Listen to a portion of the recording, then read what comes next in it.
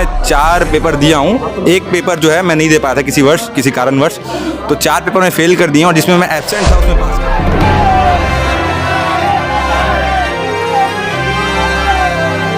Sir मेरा तो 5th same का रिजल्ट ही नहीं आया है और 29 से हमारा बैकलॉग का एग्जाम है। मुझे ये भी नहीं पता है कि मैं पास हूँ कि मैं फेल हूँ। ना मैं रीवेल डाल सकता हूँ, ना मैं रीवेल डाल सकता हूँ। मेरे पास दोनों का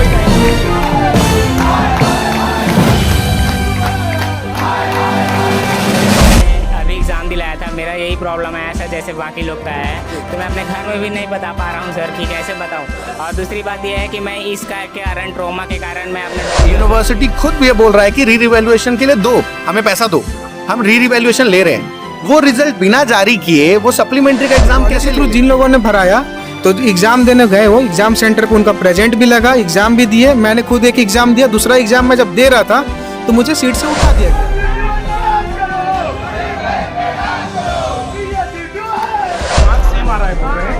अगली बार यही बात हो रही है। यूनिवर्सिटी पिछले जब से स्थापना हुई है रीवैल्यूएशन, री रिवैल्यूएशन और एबीआर के माध्यम से जांच करवा।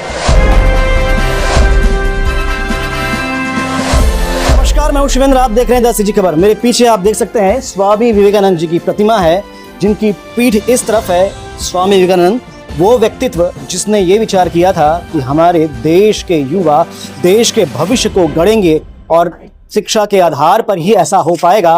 पर क्या वाकई में ऐसा हो पा रहा है? शिक्षा के आधार पर हमारे युवा देश को गढ़ने लायक बन रहे हैं? बिल्कुल भी ऐसा नहीं हो रहा है। आप देख सकते हैं मेरे पीछे में ये तमाम छात्र यहाँ बैठे हुए हैं। ये सारे तमाम छात्र हैं CSVT यूनिवर्सिटी के और इनकी अनियमितताओं के शिकार है, जहां इनके परिवार के लोग, इनके पालक बड़ी मेहनत से खून पसीना एक करके इनकी फीस पटाते हैं और इस उम्मीद में पटाते हैं ताकि उनके बच्चे का भविष्य बन पाएगा, उन आने वाले समय का सहारा ये बच्चे बनेंगे। पर लगता है उनकी सारी उम्मीदों पे पानी फिर रहा है और ये पानी फेर रहा है CSVTU। इतनी सारी अनियमितताएं हैं, आपको क्या बताएं। लगातार ये अनियमितताएं थमने का नाम नहीं ले रही है, पर आज जाके आक्रोशित इन बच्चों को यहाँ पर हंगामा करना पड़ा, तब जाके कुछ बातों को सुनने लायक स्थिति बन पाई है। फिलहाल आइए इनसे समझते हैं, जानते हैं कौन सी वो अनियमितताएं हैं जिसके कारण इन सारे बच्चों के भविष्य के सामने अंधकार छा गया है। आप देख सकते हैं इन तमाम छात्रों के चेहरे पे चिंताएं झलक रही है, क्योंकि होता यह है कि ये पढ़ाई और अपने भविष्य को लेकर टेंशन में होते हैं। पर जहां पर ये पढ़ने आते हैं, दिन रात एक करते हैं, भविष्य को लेकर अपनी योजनाएं गढ़ते हैं, वहां पर अगर इनको सपोर्ट नहीं मिलेगा तो कैसे इनका भविष्य बन पाएगा और कैसे भारत का भविष्य गढ़ पाएंगे। जी, बहुत सारी अनियमितताएं सुनने में आ रही है।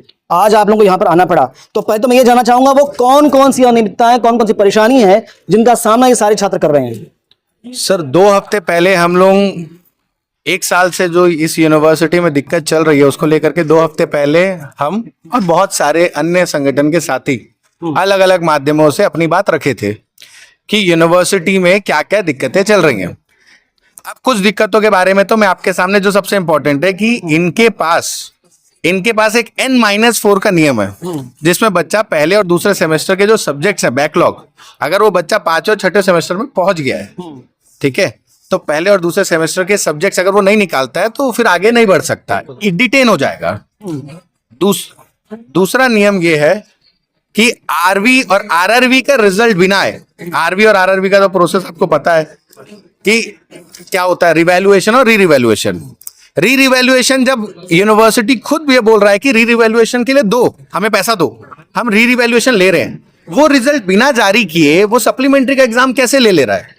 वो बच्चा कहां जाएगा जो बच्चा वहां पे फेल हो गया है री रिवैल्यूएशन में? खेलने की बात है, वो भी नहीं पता है, वो तो तब पता चलेगा जब रिजल्ट आएगा। अब रिजल्ट आने का क्या समय अवधि होता है भाई? आप रिवैल्यूएशन ले रहे हो तो आप 7 दिन लो, री रिवैल्यूएशन ले रहे हो एक और बार आप 7 दिन लो। आप 1-1 महीने का समय ले रहे हो रिवैल्यूएशन री रिवैल्यूएशन का रिजल्ट लाने में, तो क्या आपके पास सही स्टाफ नहीं है? आप स्टाफ के ऊपर आएंगे। तो ये चीज तो सबसे पहली चीज है कि इनके पास कोई समय अवधि नहीं है। आज तक कितने सारे बच्चे लोगों का री रिवैल्यूएशन का रिजल्ट ही नहीं आया, जबकि 1 महीना हो गया है। क्या कर रहे हैं ये? अब ये कॉपी जांचता कौन है? ये कॉपी जांचता है इनका एक स्टाफ।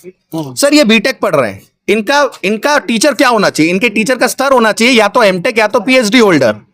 इनके टीचर का स्तर बहुत सारे कॉलेजेस में इनके टीचर का स्तर बीटेक है, मतलब बीटेक ग्रेजुएट ही बीटेक वालों को पढ़ा रहे हैं, उनका क्या ये लेवल है कि वो बीटेक वालों को तैयार कर सकते हैं? वो खुद बेरोजगार है, 10,000 रुपए की सैलरी में काम कर रहे हैं, उनकी औकात है कि ये बच्चों को नौकरी दिला पाए?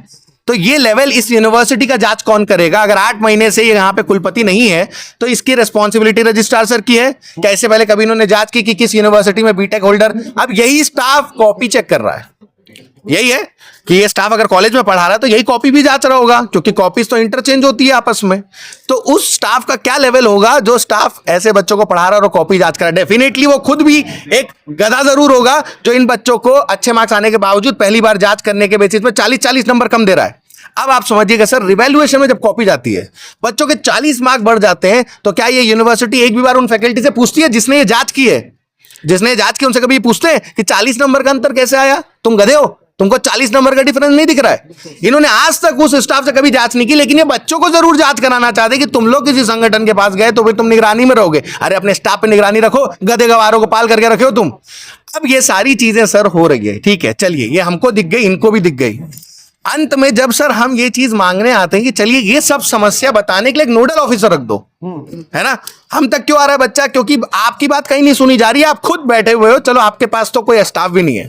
अब सर जब आपके पास स्टाफ आ रहा है, आप नोडल ऑफिसर हमको नियुक्त करने वाले थे, नोडल ऑफिसर किसी कॉलेज का नियुक्त नहीं किया उन्होंने। अभी आश्वासन दिया कि वो अभी करेंगे, कर दिए तो बहुत अच्छी बात है, नहीं कर रहे तो हम तो यहीं बैठे रहेंगे, हम तो घर नहीं जाने वाले, सब तैयारी से आए हैं। लेकिन वो नोडल ऑफिसर नियुक्त करना, हर एक कॉलेज में प्रिंसिपल तो परमानेंट स्टाफ है ना, उनको नोडल ऑफिसर रख दो। इतना उनको नहीं समझ में आ रहा है, हमको पता है कि प्रिंसिपल डेली आता है, उनकी नीयत नहीं है प्रॉब्लम सॉल्व करने की, उनकी नीयत है पैसा खाने की। तो ये करप्ट यूनिवर्सिटी है सीएसवीटी यूनिवर्सिटी? तो बिल्कुल नहीं है। तो कहना कुल मिला के ये है कि ये यूनिवर्सिटी छात्रों के भविष्य को बना रही है, छात्रों के भविष्य को बिगाड़ रही है। एक विषय और सामने में आया था कि आरवी में तो बच्चे पास नहीं होते, आरआरवी में पास हो जा रहे हैं। आरआरवी का रिजल्ट नहीं आया है, लेकिन इन लोग का एग्जाम फॉर्म आ गया है, एग्जाम ले भी लिए हैं। अब हम लोग को खुद पता नहीं है कि हम लोग पास है कि फेल है, तो एग्जाम कैसे देने जाए? और इन लोग एग्जाम ले लिए, एग्जाम का डेट आया, एग्जाम हो भी गया, लेकिन तो कब से चल रहा है सारा? अब हम लोग के साथ ये हर बार हर सेमेस्टर के साथ यही होता है। अभी हम लोग 5th के साथ हुआ, अब पीछे 4th वाले हैं, उन लोग के साथ भी यही होगा, जो हम लोग के सीनियर थे उन लोग के साथ भी यही, तो इन लोग का कंटिन्यू यही चल रहा है। तो लगातार ये सब चल रहा है। कुछ बातें अभी आप लोगों की हुई है, क्या क्या बात हुई, किन किन बातों को प्रशासन ने माना है? उन्होंने बोला कि आश्वासन फिर से दिया है कि नोडल अधिकारी आज नियुक्त करेंगे, शाम तक जितने भी एचओडी होंगे उनको नोडल अधिकारी के रूप में नियुक्त करेंगे, ऐसा उन्होंने बोला है। पिछले बार भी उन्होंने आश्वासन दिया था, लेकिन नोडल अधिकारी नियुक्त नहीं किया था। इस बार उन्होंने बोला है, और अभी उन्होंने बोला कि एक मीटिंग है, मीटिंग के बाद आके हम उस पर बात करेंगे। N-4 में क्या होता है, फर्स्ट सेकंड ईयर वाले बच्चे होते हैं, वो बच्चे अगर फेल हो गए तो 6th सेमेस्टर तक नहीं पहुंच सकते वो बच्चे। तो N-4 का तो एक बात उन्होंने कह दी, आरवी का दिक्कत है, रिजल्ट का दिक्कत है, टाइम पे रिजल्ट नहीं आ रहा है, इस पे कुछ बात हुई क्या? हाँ, उन्होंने बोला कि जो गड़बड़ी हो रही है उस पे हम सॉल्व करेंगे, और जो प्रॉब्लम है लास्ट टाइम भी आश्वासन दिया था कि हम सॉल्व करेंगे। कुछ बच्चों का सॉल्व भी किया था, 10-12 बच्चों का सॉल्व किया था, अभी भी रिजल्ट में गड़बड़ी आ रही है। कुछ बच्चे एग्जाम दे रहे हैं तो भी फेल हो जा रहे हैं, फेल दिखा रहे रिजल्ट में, लेकिन वो एग्जाम में बैठ रहे तो फेल कैसे हो रहे हो? आप एक चीज जैसे कि अभी बच्चे लोगों का, आपको यहाँ पे मेरे पास एक बच्चा है, आप ना परेशान हो जाओगे उसकी समस्या सुन के। इधर आओ तुम, ये बच्चा देखिए, तुम भी इधर आओ। आप देखिए सर, एक एक करके आपके पास प्रूफ रखते हैं, ठीक है? यूनिवर्सिटी कितनी निठल्ली है आपका पास। मैं बस कुछ क्वेश्चन करूंगा। आप कौन से सेमेस्टर में हो? मैं 6th सेमेस्टर में हूँ। 6th सेमेस्टर में हो। आपको 6th सेमेस्टर के कुछ एग्जामिनेशन में जो सप्ली के, जो आपके बैकलॉग के एग्जामिनेशन है, उसमें आपका एडमिट कार्ड आया था? हाँ, आया था। हम एग्जाम सेंटर भी गए थे, एग्जाम में हम जो कॉपी फिल करते वो कॉपी भी फिल किए थे, बट हमें वहाँ के फैकल्टीज आके ये बोलते हैं जिनका first semester second semester clear नहीं है वो कृपया उठ जाए, उनका अटेंडेंस शीट नहीं आएगा। और ये जो अटेंडेंस शीट था सुबह सुबह यूनिवर्सिटी से कॉलेजेस में डिस्ट्रीब्यूट किया गया, बट हमारा रोल नंबर, सीटिंग अरेंजमेंट, सारा चीज कॉपी से लेके जो क्वेश्चन पेपर आता है वो सारा हमारा गया, लेकिन अटेंडेंस शीट सुबह चेंज किया गया। बताइए सर, इससे मैं एक चीज, इससे एक समस्या मैं आपको ये बताता हूँ। अभी आपको नहीं समझ में आया होगा कि क्या हुआ ये कि इनके पोर्टल में जाकर के बच्चे ने अप्लाई किया कि भैया मुझे ये एग्जाम देना है, बच्चे को इन्हीं के पोर्टल ने एडमिट कार्ड दे के आओ बैठो एग्जाम दो। अभी तक इनको कोई समस्या नहीं दिख रही है, बच्चा बैठ गया पेपर देने के लिए, और उस समय में वो जब बैठ रहा है अपना पेपर भर रहा है और उसके बाद उसको भगा दिए। इनके पास इतनी टीम, इनकी टेक्निकल स्ट्रांग नहीं है क्या कि इनको फॉर्म भरने रिजेक्ट कर देते? फॉर्म ही ना भरने दो। जब ये अपना नंबर डाल रहे हैं, उनकी समस्या तो पोर्टल में आनी चाहिए ना। अब इससे और घटिया चीज बताता हूं, इस यूनिवर्सिटी में भेदभाव कैसे हो रहा है। ये बच्चा डिप्लोमा से बीटेक में आया तो इसको एक सब्जेक्ट को कितने बार जबकि बीटेक से डिप्लोमा से बीटेक अगर कोई बच्चा जाता है तो वो सीधा सेकंड ईयर में जाता है, उसको फर्स्ट ईयर स्किप। अब जब फर्स्ट ईयर स्किप तो बैकलॉग किस नाम का? चलिए, कुछ सब्जेक्ट डिप्लोमा के ग्रेजुएशन में आप नहीं पढ़ रहे हो तो ग्रेजुएशन में वो एज अ सब्जेक्ट ऐड होने चाहिए, बैकलॉग तो नहीं होने चाहिए। अब सर ये जो सब्जेक्ट है जो इन सेकेंड ईयर से ये दे रहे हैं, इनको फर्स्ट सेमेस्टर के कुछ सब्जेक्ट जो बच गए, क्योंकि इनको तो देना नहीं पड़ता है, तो वो एज अ बैकलॉग ट्रीट करते हैं सेकेंड ईयर में। जब ये देने जाते हैं, बैकलॉग तो नहीं होना चाहिए, एज अ फ्रेश सब्जेक्ट होना चाहिए। जब ये देने जाते हैं तो इन्हें भी तो कम से कम 4 मौके मिलने चाहिए। कितने मौके मिलते हैं आप लोगों को? टोटल 3 मिलते हैं, एक मेन रहते हैं, 2 बैकलॉग के दिए। और जबकि नॉर्मल बच्चों को जो 4 साल पढ़ रहे हैं उनको कितने मौके मिलते हैं? 4 मौके मिलते हैं, प्लस एक मिला भी है, एक्स्ट्रा 5 हो गया टोटल। इसी यूनिवर्सिटी में डिप्लोमा वालों के साथ भेदभाव कर रहे हैं। क्या इतनी छोटी सी चीज हम लोग समझ गए यहाँ पे बैठे बैठे, समझ में नहीं आ रही। उनको नहीं समझ में आ रही? वो रजिस्ट्रार या वाइस चांसलर किस नाम के हैं? जी, आप कुछ कह रहे थे। ये भाई का खुद ये स्टूडेंट है, एक मिनट। प्रॉब्लम है, ये बात करना चाहते हैं कि अपने सर से बताएंगे। एक एडमिट कार्ड का थोड़ा सिंपल सा इशू है। जैसे एडमिट कार्ड एक कॉलेज अप्रूव करती है, एक यूनिवर्सिटी अप्रूव करती है, तो किसी किसी का क्या फॉर्म पोर्टल पे नहीं दिखाई देता, तो क्या करते हैं हम लोग, जाते हैं कॉलेज के थ्रू भराते हैं। तो कॉलेज के थ्रू जिन लोगों ने भराया तो एग्जाम देने गए, वो एग्जाम सेंटर पे उनका प्रेजेंट भी लगा, एग्जाम भी दिए। मैंने खुद एक एग्जाम दिया, दूसरा एग्जाम मैं जब दे रहा था तो मुझे सीट से उठा दिया गया, लेकिन मेरा उस दिन का प्रेजेंट लगा हुआ है कि मैंने उस दिन प्रेजेंट दिया एग्जाम। क्यों उठाया आपको? बोलते हैं कि आपका एडमिट कार्ड हटा दिया गया है। ठीक है, कॉलेज की तरफ से आपका एडमिट कार्ड हटा दिया गया है। तो मैं एक चीज पूछना चाहूंगा कि अगर कॉलेज की तरफ से हमारा एडमिट कार्ड है, मैं मान लिया कि एडमिट कार्ड हटा दिया गया, ठीक है, लेकिन बाकी बच्चे एग्जाम क्यों दे रहे हैं? जिसका CSB2 ने अप्रूव किया वो भी तो बैकलॉग है ना, वो लोग तो नहीं देना चाहिए ना एग्जाम। तो ये भेदभाव कैसा? एक चीज बताइए कि जब कभी कोई बच्चा फेल हो रहा है, क्या आज तक इनके पास कोई प्रोसेस है कि बच्चा भी अपनी कॉपी देख ले? मतलब आप फेल कर रहे हो, आप उसको शून्य दे रहे हो, कम से कम वो शून्य वाले बच्चे का तो कॉपी आप अपने पोर्टल में डाल दो कि चल तू फोकट में देख ले, तेरे पास कोई ज्ञान नहीं है, तू कुछ नहीं लिखा है। इतना चैलेंजिंग से ही उसको फेल कर रहे हो, उतनी चैलेंज से कॉपी भी दिखा दे। इनके पास वो प्रक्रिया तक नहीं है सर कि बच्चा अपना कॉपी जांच कर सके। ये आप समझिए कि इस यूनिवर्सिटी का स्तर है, और इस यूनिवर्सिटी से नौकरी देने का आश्वासन देते हैं, कैसे देंगे? यूनिवर्सिटी को आई खाए पैसा। जो अनियमितता है, कुछ समस्याएं आपने सुनी, और भी यहाँ पर छात्र हैं, इनकी भी कुछ दिक्कतें हैं। जी बताएं क्या है?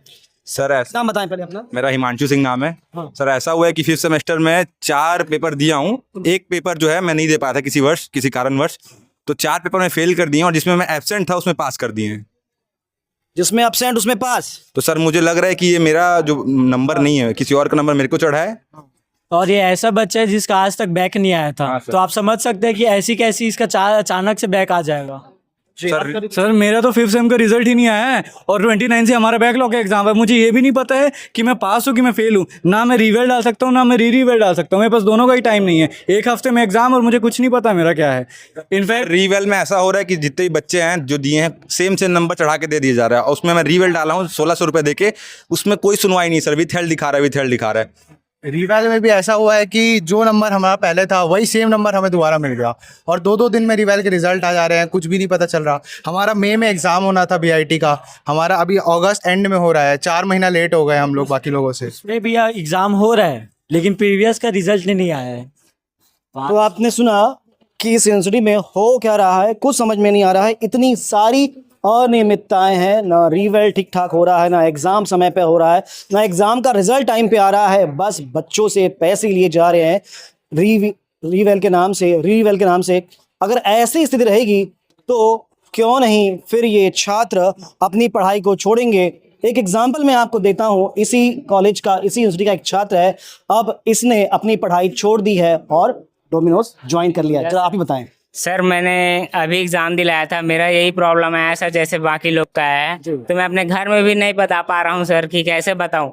और दूसरी बात यह है कि मैं इसका के कारण, ट्रॉमा के कारण मैं अपने डोमिनोज ज्वाइन किया सर। आप सोच सकते हो उसमें 30 मिनट का वो रहता है, 30 मिनट के अंतर्गत पहुँचना रहता है, तो उसमें स्पीड गाड़ी चलाओ। दूसरा बात, रात को 2 से 3 बजे डिलीवरी करते सर, कल ही रात को मैं गदा चौक पहुंचा था, मेरे को थ्रेट मिला था कि तुम ये चिल्लर लेके नहीं आ रहे हो, तुम चिल्लर लेके आना चाहिए। मैं बोला कि चिल्लर लेके आऊंगा सर करके, उसके बावजूद भी मेरे को थ्रेट में। सर तो ऐसा काम मेरे को करना पड़ रहा है, तो समझ सकते हैं ये बच्चे पढ़ इसलिए रहे हैं ताकि अच्छा भविष्य गढ़ सके, अपने परिवार का और अपना भविष्य ठीक बना सके, अपने देश का प्रदेश का भविष्य बना सके। पर आप देख सकते हैं जमीन पर बैठे हैं, हजारों लाखों की फीस देते हैं, क्या इसीलिए देते हैं ताकि उनको ये सारा कुछ सहना पड़े। प्रशासन मौन है और शासन क्या अंधा हो गया है कि ये सारी चीजें नहीं दिख रही। जब हम कहते हैं सुशासन की सरकार है, तो क्या प्रदेश में छात्रों का यही हाल है? खबरों के लिए बने रहें द सिटी खबर के साथ। धन्यवाद।